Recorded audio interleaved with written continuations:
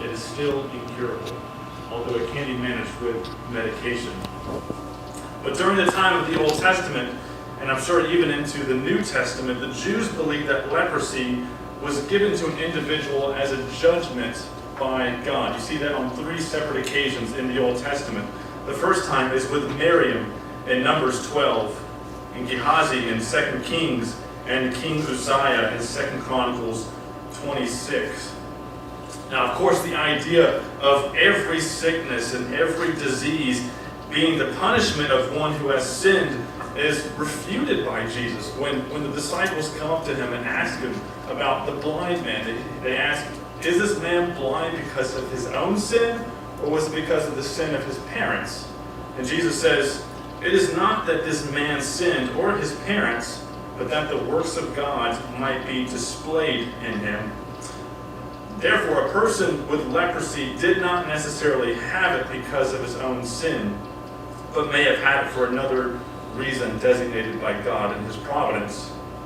Leprosy, as said before, is an incurable disease, and those who had it, especially in severe cases, were thought to be dead people while they were still living.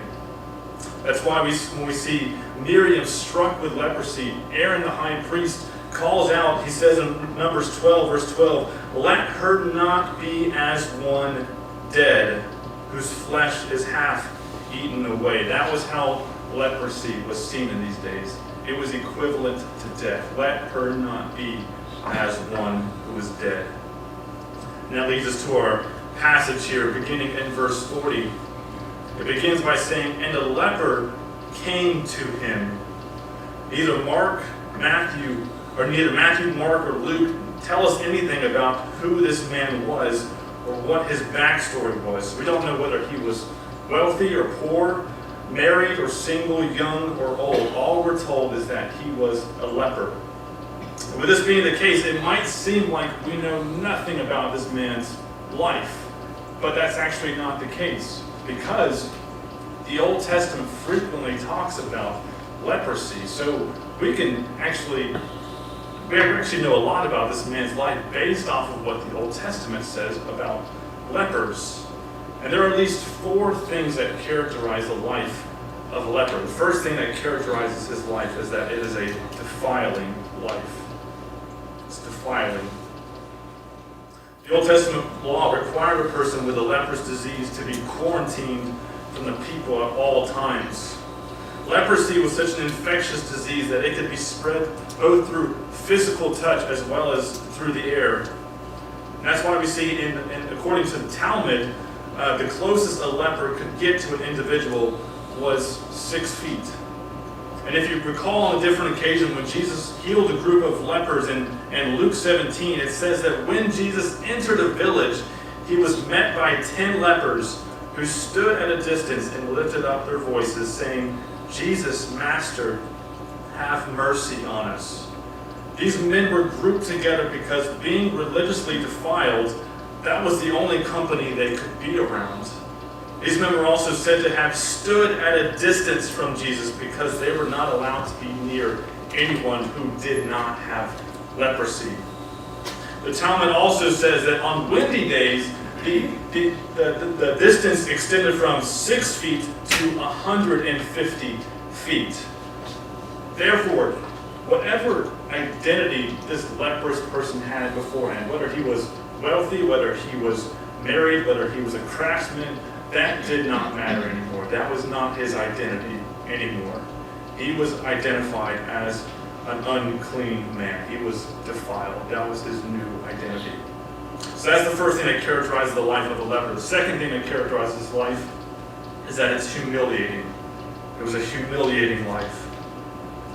It was very obvious to spot a leper in these days. It was not as if you met someone along the road and walked away realizing that you had just met a leper. You knew when you came across a leper. Lepers were generally physically disfigured in appearance. Not only that, but they would emit a terrible odor everywhere they went. It was essentially the smell of open wounds and rotting flesh. One commentator put it like this. He says, leprosy was repulsive both to the sight and to the smell. So there was a daily humiliation everywhere the leper walked because of what he looked like and because of what he smelled like to others. Not only did he have to live with what he looked like and what he smelled like, but he also had to publicly announce to everyone that he was unclean everywhere he went. Leviticus 13 verse 45 says, "The leprous person who has the disease shall wear torn clothes and let the hair of his head hang loose, and he shall cry out, 'Unclean, unclean.'" So the person with leprosy, I mean, can you imagine that? If you had leprosy, you would probably feel so much shame, and you would want to hide that. You would want to put on as many clothes as you can so that you would hide that. The Old Testament law said, no, you can't do that. You have to publicly announce everywhere you go that you are unclean. So he was constantly humiliated by that. Leprosy was an utterly humiliating disease. The third thing that characterizes his life is that he was lonely. He was lonely. It did not matter what kind of life the person carried out before leprosy. If he got leprosy, he had to be removed from Israel's camp. Numbers 5 verse 2 says, "Command the people of Israel that they put out of the camp everyone who is leprous." Everyone. Everyone had to be put out. Not only was the leper to leave the camp, but Leviticus 13:46 goes further and says, "He shall live alone. His dwelling shall be outside the camp." Not even the king of Israel himself could be excluded from this command. As we see, King Uzziah became leprous and had to live in a separate house the rest of his life. We see that in 2 Chronicles 26 verse 21. And when finally the leper came to the point of death, when he finally died, he would be buried in a completely separate location from all the other people, because even in death he was deemed unclean. In life, throughout his whole life as a leper, unclean. Death, nothing changed, still unclean. Leviticus 5:3 also prohibited touching any unclean person. So therefore, not only did lepers have to live in isolation, but they were no longer able to experience human touch anymore. No family, no husband, no wife, and no children were allowed to touch the leper anymore. That was no longer a privilege he had. That was revoked. The fourth thing that characterizes his life is that it was hopeless. As I said before, leprosy was an incurable disease. And Luke's parallel accounts of this happening in Mark chapter 1, he notes that this particular leper was full of leprosy.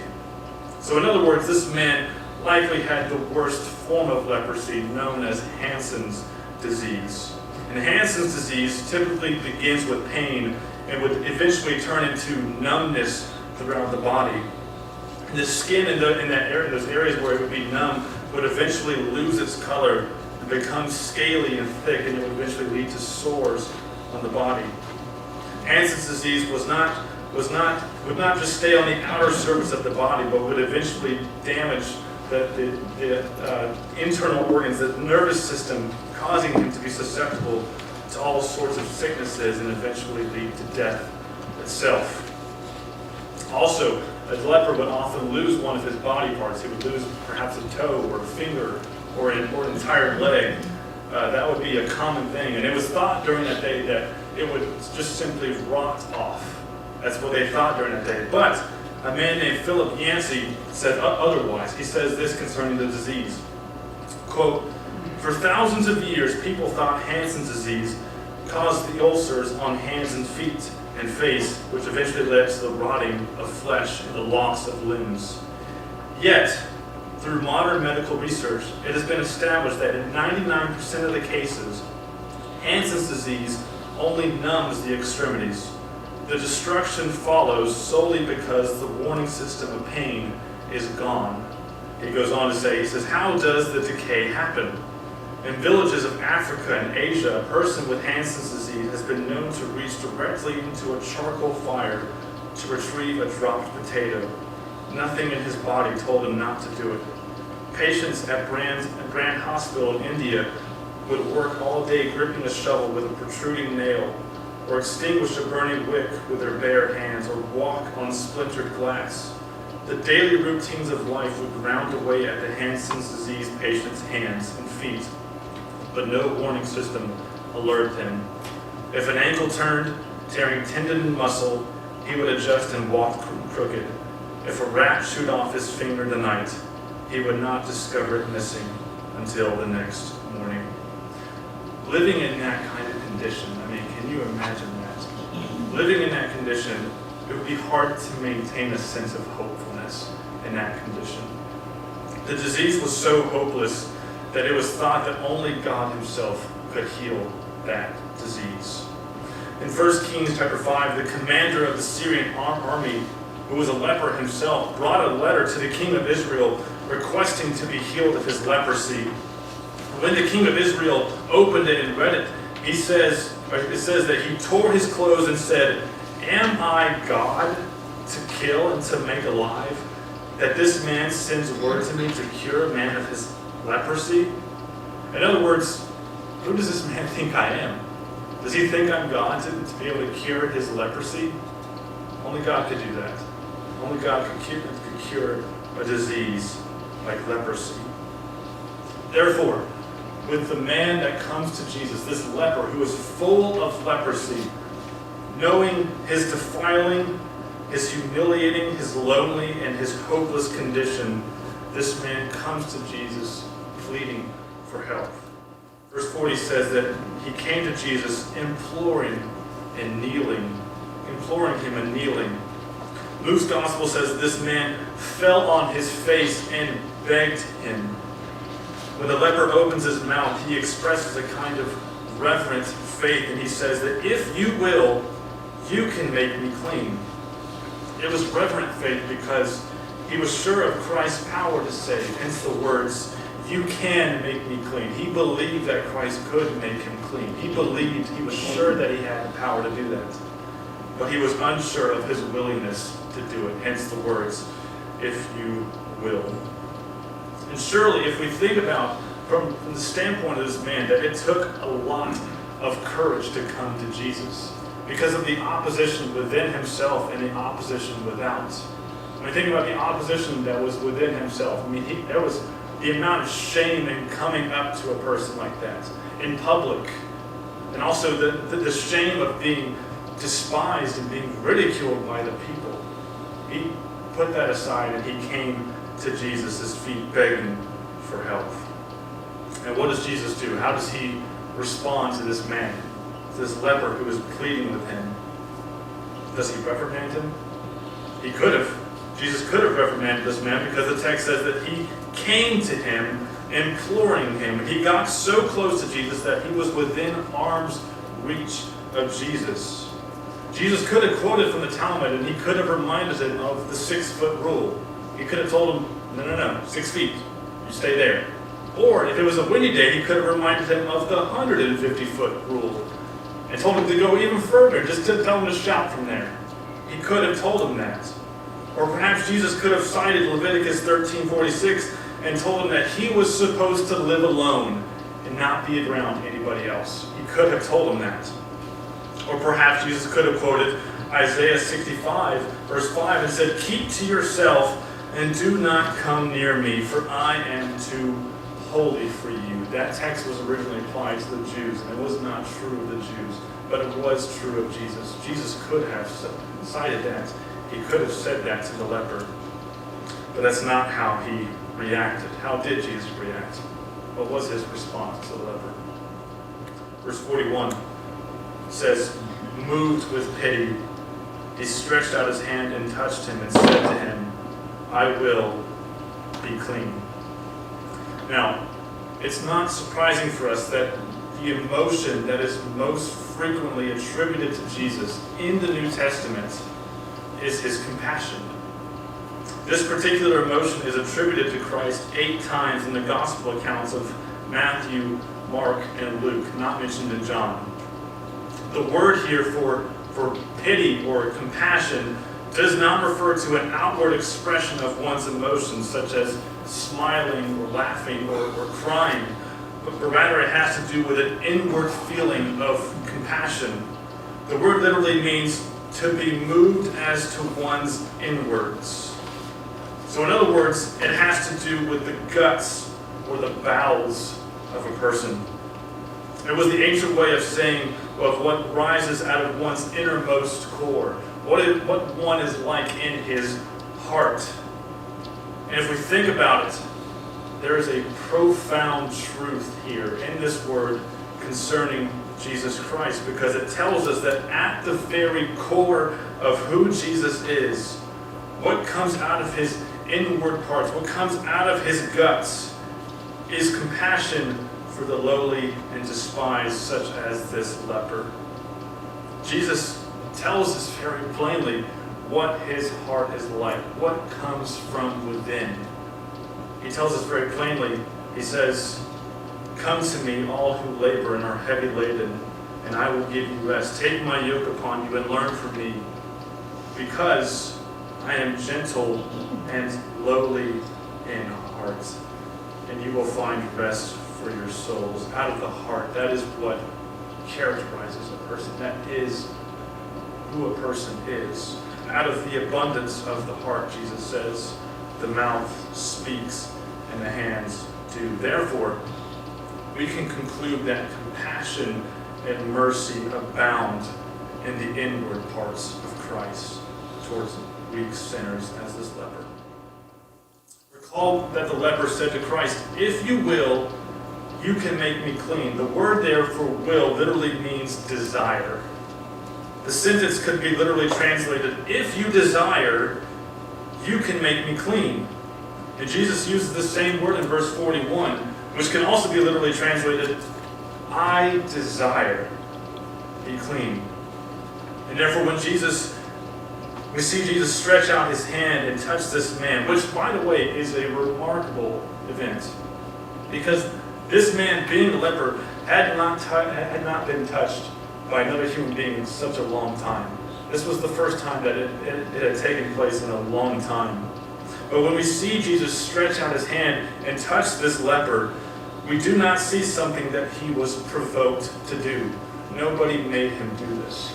Nobody made Jesus touch this man. But rather, we see something that he already desired to do. It was something he wanted to do. It's interesting to think about from both an Old Testament and New Testament perspective that God is never one time said to be provoked to love. He's never one time said to be provoked to mercy. It's actually the complete opposite. It says that God has to be provoked to anger, meaning his most natural inclination is to show love and to show mercy to sinners. And only after perpetual provocation is he finally provoked to anger. And what's funny and sad at the same time is that we're the ones that had to be provoked to love. We're the ones that have to be stirred up to love one another. Hebrews 10:24 says, "And let us consider how to stir up one another to love and good works." We don't need to be provoked to anger because that is what we naturally do in our sin. But instead we have to be stirred up to love. But that's not the case with God, as Jesus shows here. He desired to show mercy to this unclean and lonely leper. It's something he delighted in. I desire, be clean. It's something he delighted to do.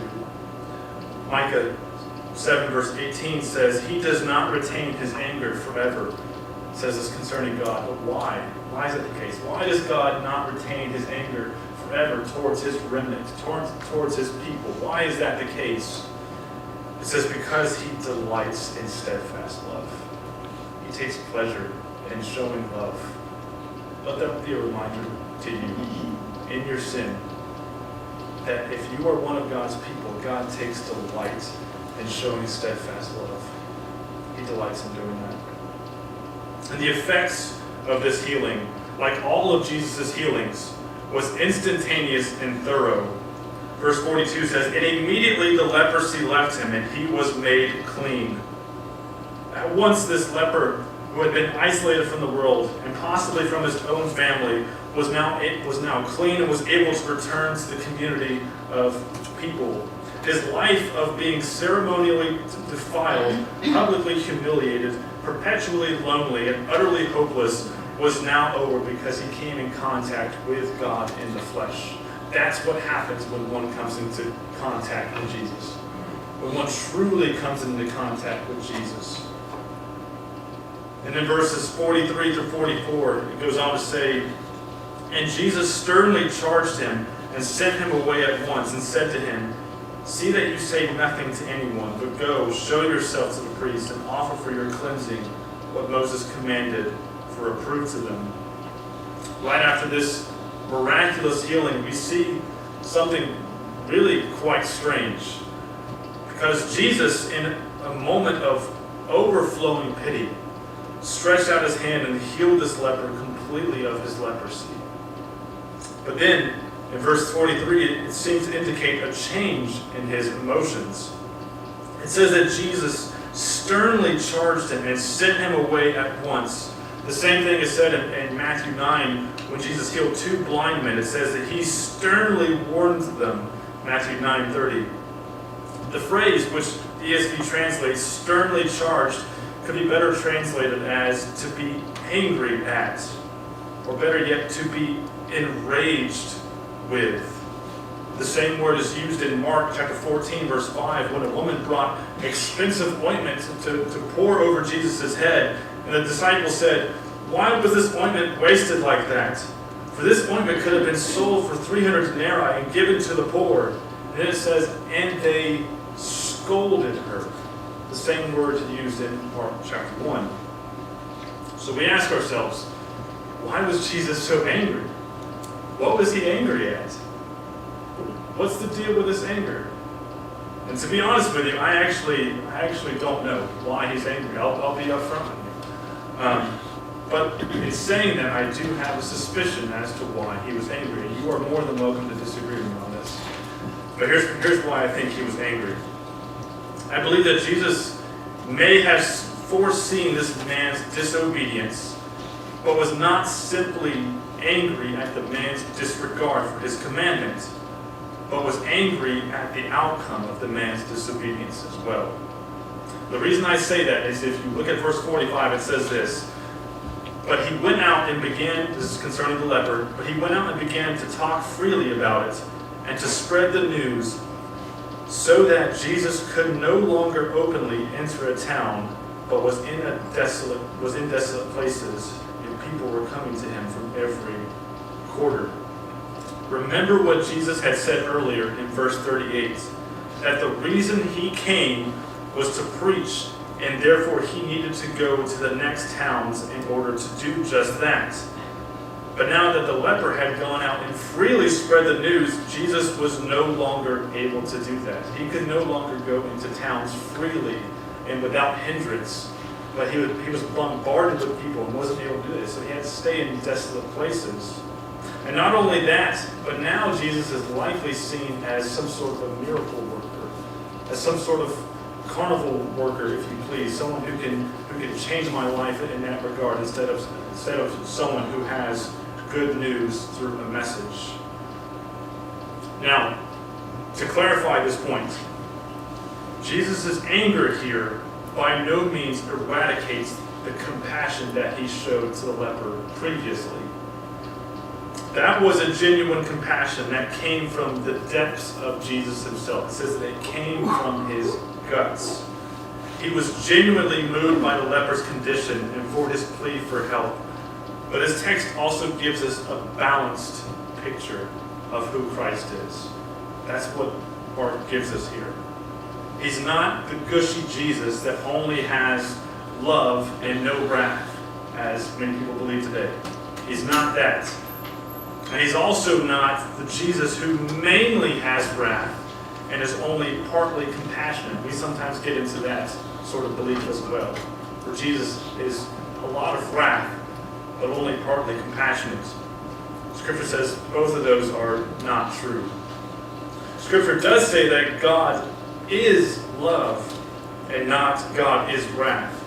He has wrath, Because if he didn't have wrath, he would not be a moral being. So he has wrath because he is a moral being. But wrath does not define his character. It's not a defining characteristic.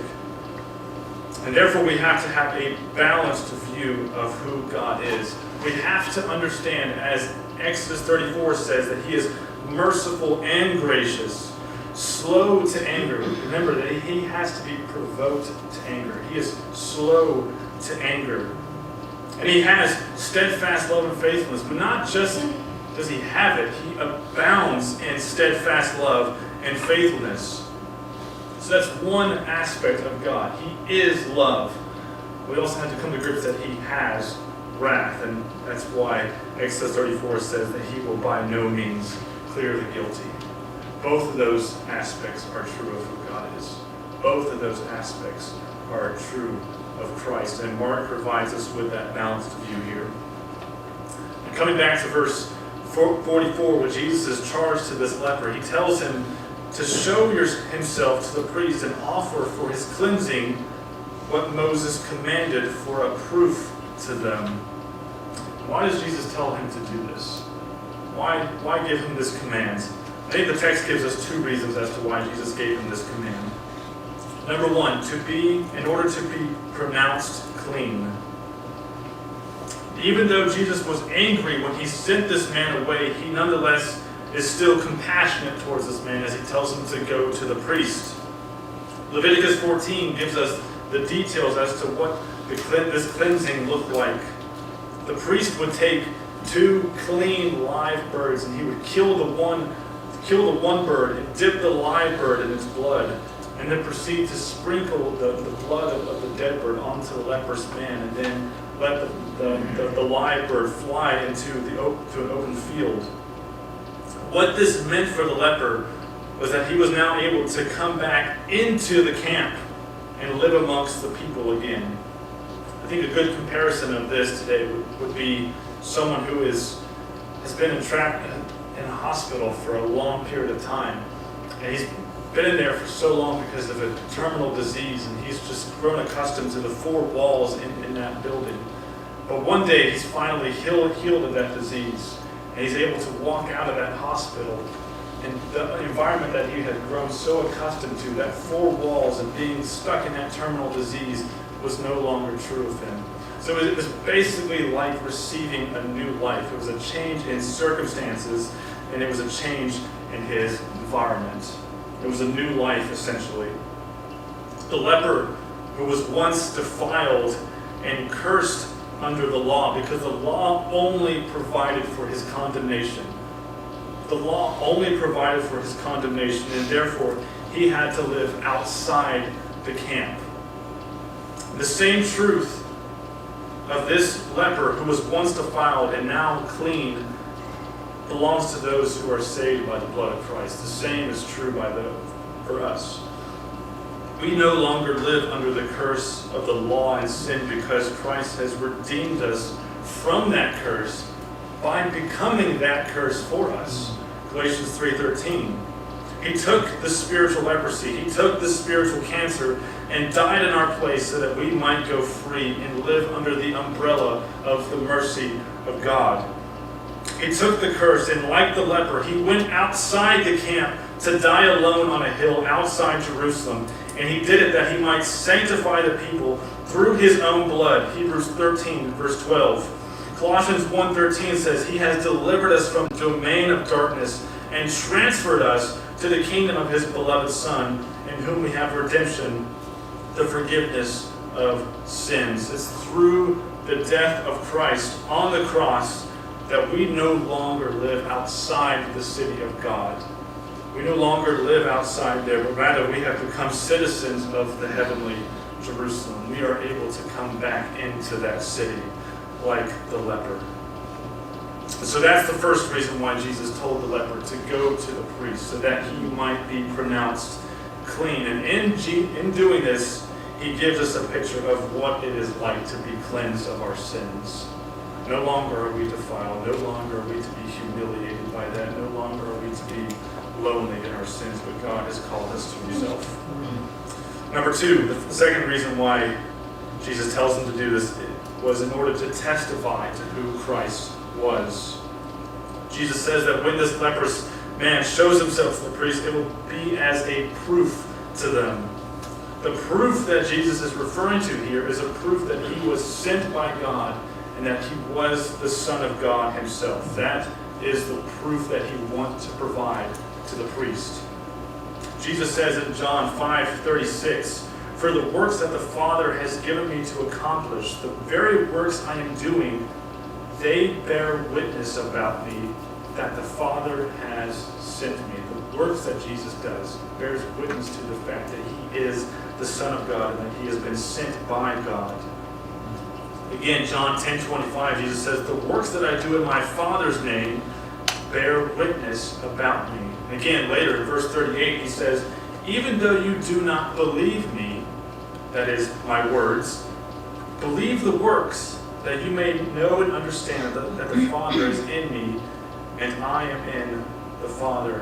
And again, in John 14:11, Jesus is speaking to his disciples.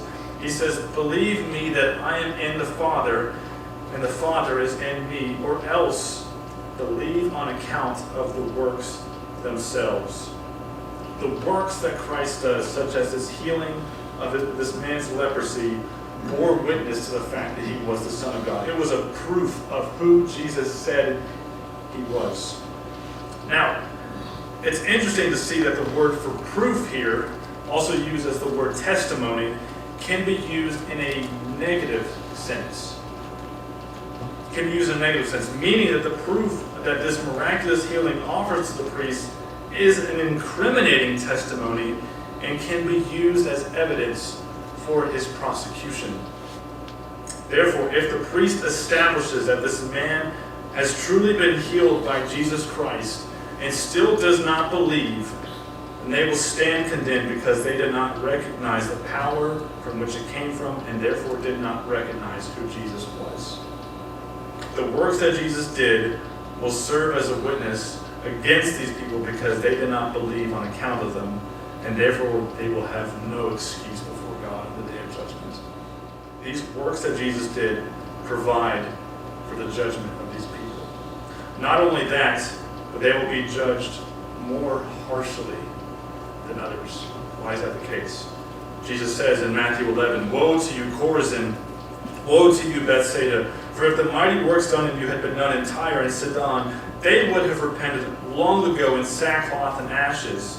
But I tell you, it will be more bearable on the day of judgment for Tyre and Sidon than for you." Why is that the case? Tyre and Sidon didn't see the signs. They didn't see the miracles, but they did. And therefore they will be judged more harshly. To the one who has been given much, much will be required of them. They saw much. They saw the miracle, and therefore much will be required of them. And so, in conclusion, the leper that went out from Jesus' presence spread the news everywhere to the point where Jesus could no longer go into the towns. That's why Peter, in his sermon to the Gentiles in Acts chapter 10, is able to say to them, "You yourselves know what happened throughout all Judea, because this leper and others like him spread the news abroad about what Christ did through his miraculous work." The people in Judea and the surrounding areas knew what Christ could do.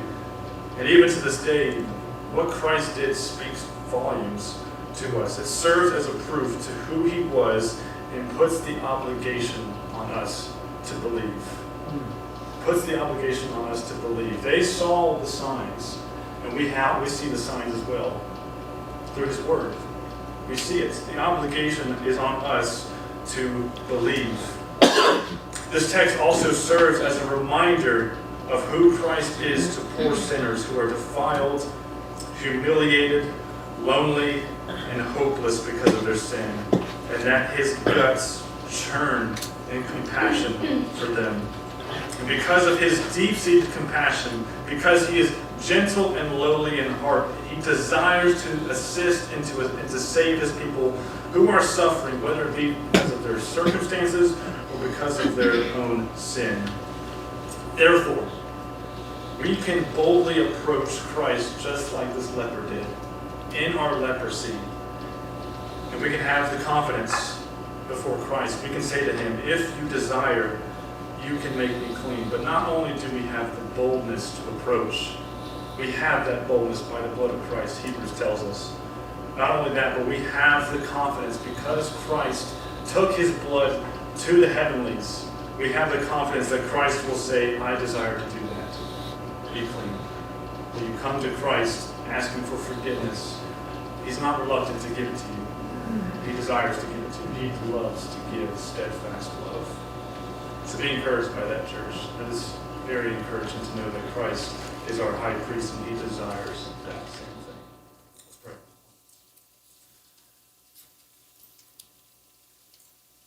Lord, we are reluctant to believe that truth, especially in our sin, Lord. We believe, like the leper, Lord, that we should be lonely, we should isolate ourselves in our sin, Lord, but you command us to come to you.